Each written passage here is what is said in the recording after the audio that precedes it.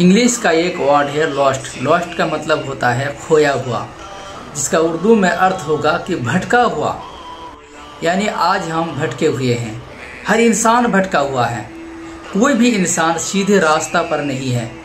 सब इंसान सोचता है कि मैं सीधा रास्ता पर हूँ, लेकिन इंसान सीधा रास्ता पर नहीं है।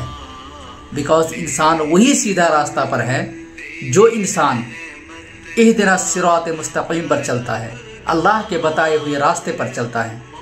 और अल्लाह का बताया हुआ रास्ता कौन सा है?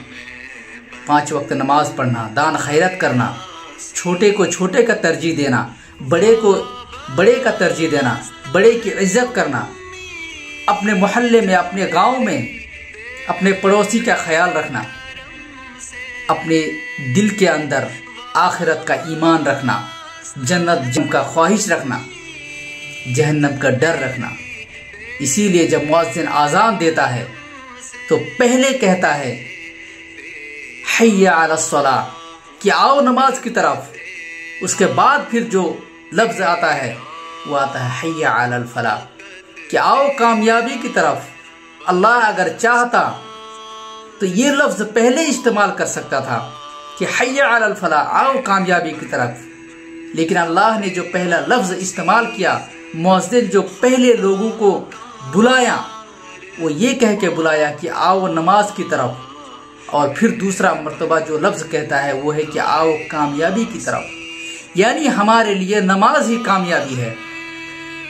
हम दुनिया में जो भी काम करते हैं, हमने बड़े बड़े महल खड़ा कर दिया, हमने पैसे कमा लिए, हमने दौलत इकट्ठा कर लिया, हमने इतनी दौलत कमा लिए कि हम अगर ज़िंदगी भर उस दौलत को बैठ कर खाएँ, हमारा पीढ़ी उस दौलत को बैठकर खाने के बाद भी ख़त्म नहीं होगा। ऐसी हमने दौलत कमा ली। लेकिन अगर हम नमाज की तरफ नहीं आए, हमारे दिल में आखिरत का खौफ नहीं रहा, जहन्नम का खौफ नहीं रहा, तो फिर हमारी एक फूटी कोड़ी के बराबर भी कीमत नहीं है। अगर हमें कामयाब होना है तो हमें नमाज पढ़ना होगा। यहाँ से यही हमें समझ में आता है कि नमाज पढ़ने से ही इंसान कामयाब होता है। नमाज अगर नहीं पढ़ेगा तो इंसान कामयाब नहीं हो सकता है। कामयाबी हासिल कर सकता है इंसान, लेकिन कुछ लम्हों के लिए कर सकता है, कुछ दिन के लिए कर सकता है। लेकिन अगर परमानेंट के लिए वह इंसान कामयाबी चाहता है तो उसे नमाज की तरफ आना होगा, नमाज पढ़ना होगा। मेरे नौजवान साथियों, नमाज को अपनी ज़िंदगी में ऐसे कायम करो जैसे कि तुम किसी ज़रूरी काम को करते हो। जिस तरह तुम खाना खाते हो, सोचते हो कि अगर खाना नहीं खाएंगे तो शरीर में कमज़ोरी आएगी, हमें मौत हो जाएगी, हम मर जाएंगे, हमारा ब्लड लॉस होगा।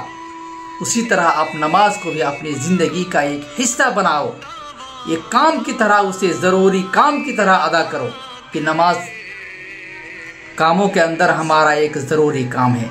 इसीलिए जो शख्स नमाज नहीं पढ़ता वो शख्स कामयाब नहीं हो सकता।